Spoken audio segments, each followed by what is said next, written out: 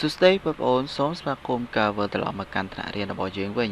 អូខេអញ្ចឹងនៅក្នុងសប្តាហ៍នេះគឺយើងនឹងបន្តជាមួយនឹងមេរៀន e-skill file របស់យើងបន្តទៀតដែលកាលពីសប្តាហ៍មុននេះយើងបានសិក្សារួចមកហើយជាមួយនឹងវីដេអូដែលលោកគ្រូបានបង្រៀនបងប្អូនទាំងអស់គ្នាអញ្ចឹងនៅក្នុងសប្តាហ៍នេះក៏លោកគ្រូមាននៅចំណេះដឹងថ្មីនិងមានមេរៀនថ្មីសម្រាប់បង្ហាញបងប្អូនទាំងអស់គ្នាផងដែរណាហើយពីសប្តាហ៍មុនគឺយើងបានសិក្សាពាក់ព័ន្ធជាមួយនឹង make calculation គឺចប់រួចរាល់ហើយដែលយើងបានចេះពាក់ព័ន្ធជាមួយនឹងរូបមន្តចំនួនប្រមាណបងប្អូនមានដូចជា sum function ដូចមានដូចជាគេទៀតមានដូចជា average function បន្តមកគេមួយទៀតយើងអាចនិយាយបានថាការស្វែងរកតម្លៃដែលធំការស្វែងរកតម្លៃដែលតូចដែលយើងហៅថា mass ហើយនិង min ណាគឺយើងបានសិក្សារួចមកហើយពាក់ព័ន្ធជាមួយនឹង function ពាក់ព័ន្ធជាមួយនឹងការកំណត់តម្លៃលេខទស្សភាគអូខេអញ្ចឹងនៅក្នុងសប្តាហ៍មុនមេរៀននោះគឺយើងត្រូវបានបញ្ចប់រួចរាល់ហើយអញ្ចឹងនៅក្នុងសប្តាហ៍នេះយើងនឹងជួបគ្នាជាមួយនឹងមេរៀនថ្មីរបស់យើងដែល task 3នេះគឺយើងនឹងសិក្សាពាក់ព័ន្ធជាមួយនឹង graph អញ្ចឹងនៅក្នុងមុខវិជ្ជាគណិតវិទ្យាបងប្អូនទាំងអស់គ្នាប្រកាសជាជួបហើយលោកគ្រូជឿជាក់ថាប្រកាសជាមានធ្លាប់សិក្សារួចមកហើយពាក់ព័ន្ធជាមួយនឹង graph ហើយ graph នៅក្នុងមុខវិជ្ជាគណិតគឺមានច្រើនហើយនៅក្នុងមេរៀនរបស់យើងនេះគឺយើងនឹងយក graph មួយយកមកសិក្សាហើយលោកគ្រូនឹងបង្រៀនបងប្អូនពាក់ព័ន្ធជាមួយនឹងវិធីសាស្ត្រដើម្បីបង្កើត graph នេះឲ្យចេញនៅក្នុងកម្មវិធី Microsoft Excel ណាអញ្ចឹង graph នេះគឺគេហៅថា graph សសរអូខេអញ្ចឹងកុំឲ្យវែងឆ្ងាយយើងត្រឡប់ចូលទៅកាន់មេរៀន PowerPoint របស់យើងទាំងអស់គ្នាណាហើយលោកគ្រូបានសង្ខេបជាមេរៀនភាសាខ្មែរយើងរួចរាល់ហើយអញ្ចឹងនៅក្នុងនេះគឺយើងនៅតែ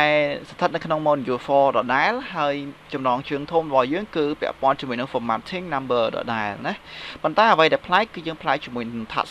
3ដែលនៅក្នុងមេរៀន task 3នេះ title របស់ task 3គឺពាក់ព័ន្ធជាមួយនឹង create a graph ឬក៏យើងនិយាយថាការបង្កើត graph អូខេតោះយើងបន្តទៅមុខអញ្ចឹងនៅក្នុងមេរៀននេះលោកគ្រូមានសំណួរមួយដើម្បីសួរទៅកាន់បងប្អូនទាំងអស់គ្នាហើយសំណួររបស់លោកគ្រូគឺសួរថាតើអ្វីទៅជា graph ឬក៏យើងប្រើពាក្យបច្ចេកទេសមួយទៀតគេហៅថា chart អញ្ចឹងជាធម្មតាយើងតែងតែនិយាយនៅភាសាយើងធម្មតាឬក៏យើងនិយាយជាមួយនឹងមុខវិជ្ជារបស់យើងគណិតវិទ្យាគឺយើងច្រើនតែនិយាយថា graph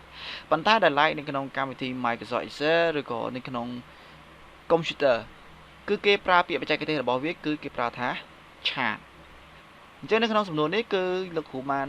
បង្ហាញនៅជាចម្លើយឲ្យបងប្អូនទាំងអស់គ្នាបានឃើញហើយគឺ graph ឬក៏ chart គឺជាការពិពណ៌នាឬការបង្ហាញព័ត៌មាននិងទិន្នន័យផ្សេងៗតាមរយៈរូបភាពអញ្ចឹងលោកគ្រូសូមបញ្យល់តិចពាក់ព័ន្ធជាមួយនឹង graph ហើយពាក់ព័ន្ធជាមួយនឹង chart គឺគេចង់បញ្យល់ប្រាប់យើងថាគេនឹងបង្ហាញព័ត៌មានផ្សេងៗឬក៏បង្ហាញទិន្នន័យផ្សេងៗឲ្យយើងឃើញតាមរយៈរូបភាពដោយកន្លែងនេះប្រហែលជាមិត្តភ័ក្តិរបស់យើងឬក៏បងប្អូនទាំងអស់គ្នាប្រកាសជាឆ្ងល់ហើយថាបង្ហាញតាមរូបភាពដូចនេះលោកគ្រូខ្ញុំដូចជាអត់ទាន់យល់អញ្ចឹងបើចង់យល់ច្បាស់បន្តជាមួយលោកគ្រូបន្តទៀតអញ្ចឹងការប្រើប្រាស់ graph ឬក៏ chart គឺផ្ដល់ភាពងាយស្រួលយល់ទី1គឺងាយស្រួលយល់ទី2ងាយស្រួលក្នុងការវិភាគចំនួនផ្សេងអញ្ចឹងបើសិនជាបងអូនមើលទៅគ្រាន់តែឃើញថាអូតម្លៃលេខនេះ5តម្លៃលេខនេះ8អញ្ចឹងបងអូនប្រកាសជាយល់ហើយថាតម្លៃលេខទី2ប្រកាសជាច្រើនជាងតម្លៃលេខទី1ហើយបើយើងនិយាយអំពីងាយស្រួលក្នុងការវិភាគដូចម្ដេចបើសិនជាយើងនិយាយអំពីការលក់ដូរប្រសិនមួយថ្ងៃទី1យើងលក់បាន5យើងថ្ងៃទី2យើងលក់បាន8អញ្ចឹងយើងគ្រាន់តែមើលនៅលើ graph ឬក៏យើងមើលនៅលើ chart គឺយើងប្រកាសជាយល់ហើយអញ្ចឹងការលក់របស់យើងមានការកើនឡើងឬក៏ថយចុះអញ្ចឹងនេះហើយគឺជាការវិភាគទៅលើអ្វីមួយតែដែលយើងយោងតាមរយៈនៃការមើល graph នៃការមើល chart គឺយើងអាចនិយាយបានហើយជាធម្មតា graph ឬក៏ chart បានជួយឲ្យយើងនឹងធ្វើការប្រៀបធៀបគឺបានលឿនពេលដែលបងប្អូនទាំងអស់គ្នាចេះពីការមើល graph នៅក្នុងកម្មវិធី Excel ហើយគឺលោកគ្រូជឿជាក់ថាបងប្អូនទាំងអស់គ្នាប្រកាសជាមើលលឿនឡើងឬក៏ចុះអូខេតោះឥឡូវយើងបន្តទៅមុខមួយទៀតអញ្ចឹងដើម្បីឲ្យយើងធ្វើការបង្កើត graph ឬក៏ chart នេះបាននោះយើងត្រូវអនុវត្តដូចខាងក្រោមអញ្ចឹង step ទី1ដែលលោកគ្រូបានបង្ហាញបងប្អូនអរគ្នានេះគឺដំបូងយើងត្រូវកំណត់ទិន្នន័យណាកំណត់ទិន្នន័យសម្រាប់បង្ហាញជាមុនសិនមានន័យថាឲ្យបងប្អូនជ្រើសរើសថាតើបងប្អូនចង់បង្ហាញអ្វីនៅក្នុង graph របស់យើងអញ្ចឹងសំខាន់គឺបងប្អូនមានទិន្នន័យសិន បន្ទាប់ពីបងអូនមានទិន្នន័យហើយបានយើងចូលទៅធ្វើការកំណត់អញ្ចឹង step ទី2គេឲ្យយើងចុចទៅកាន់អីគេ step ទី2នៅត្រង់ចំណុចនេះគេឲ្យយើងចុចទៅកាន់ insert tab បន្ទាប់ពីយើងចូលទៅកាន់ insert tab ហើយយើងចុចនៅពាក្យថា column ពាក្យថា column ហ្នឹងបើយើងរៀនពីមុនយើងនិយាយថាជួយឈរប៉ុន្តែដល់ឡែកនៅកន្លែងនេះគឺគេចង់សំដៅទៅលើ graph មួយប្រភេទដែលគេហៅថា graph សសរណា column ត្រង់ចំណុចនេះអញ្ចឹងយើងចុចនៅ column ដែល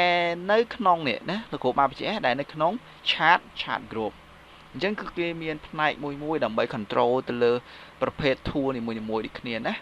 អញ្ចឹងយើងចុច column មកបន្ទាប់ពីយើងចុច column ហើយយើងចូលមកដល់ step ទី3បន្តមកយើងជ្រើសរើសប្រភេទ graph ឬក៏ chart ណាមួយដែលយើងពេញចិត្តឬក៏ជ្រើសរើសយកប្រភេទណាមួយដែលយើងចង់បង្ហាញ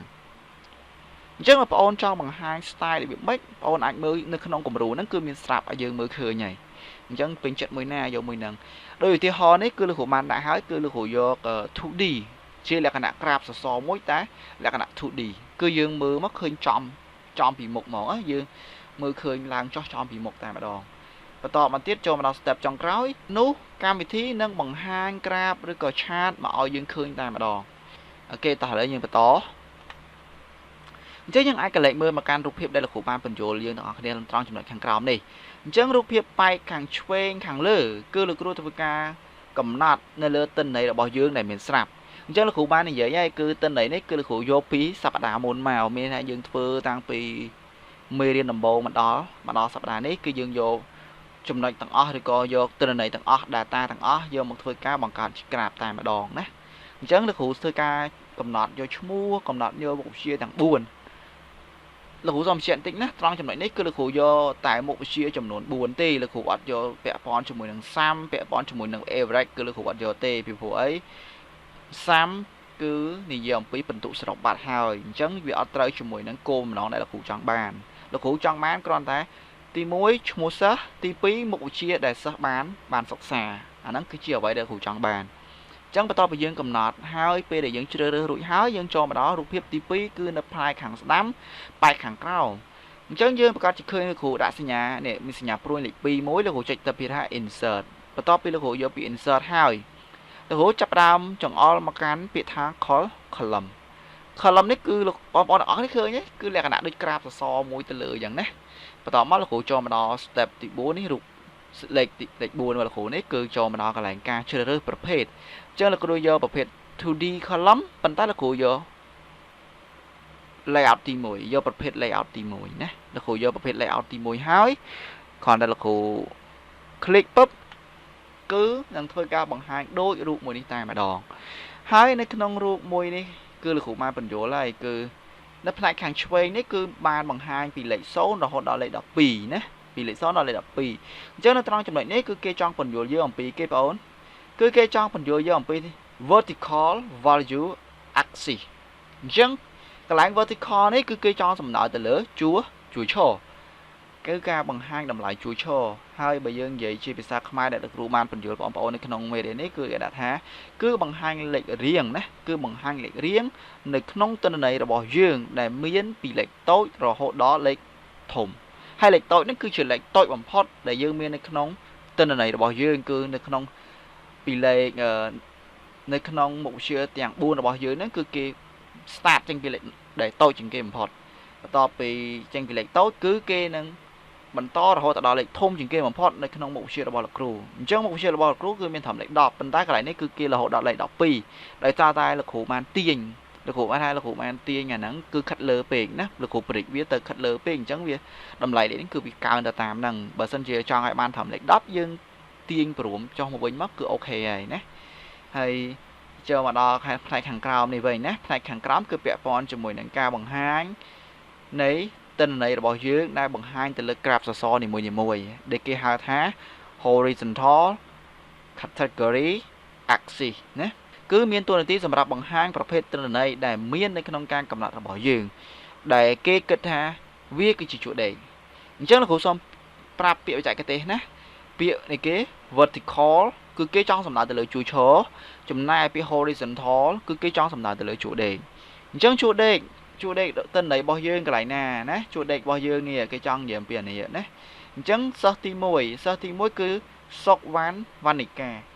សុកវណ្ណិកាគឺមានមុខវិជ្ជាចំនួន4មុខអញ្ចឹងគឺគេចាប់យកតម្លៃជួរដេករបស់គាត់នេះមុខវិជ្ជាជួរដេករបស់គាត់ហ្នឹងយកមកដាក់នៅក្នុង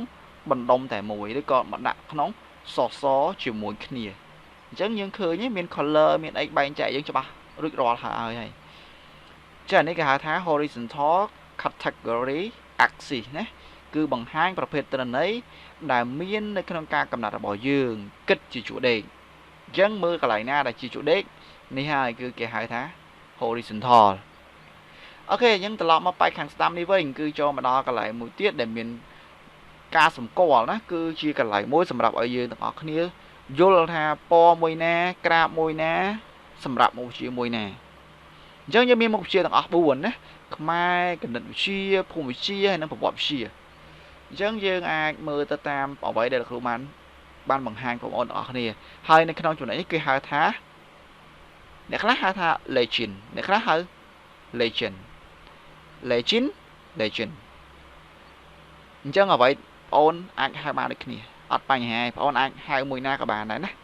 អញ្ចឹងនៅក្នុងនេះគឺលោកគ្រូហៅថា legend ក៏ legend ក៏បានដែរគឺសម្រាប់ពន្យល់នៅប្រភេទក្រាបសសរនីមួយដោយមានពណ៌ហើយនឹងចំណងជើង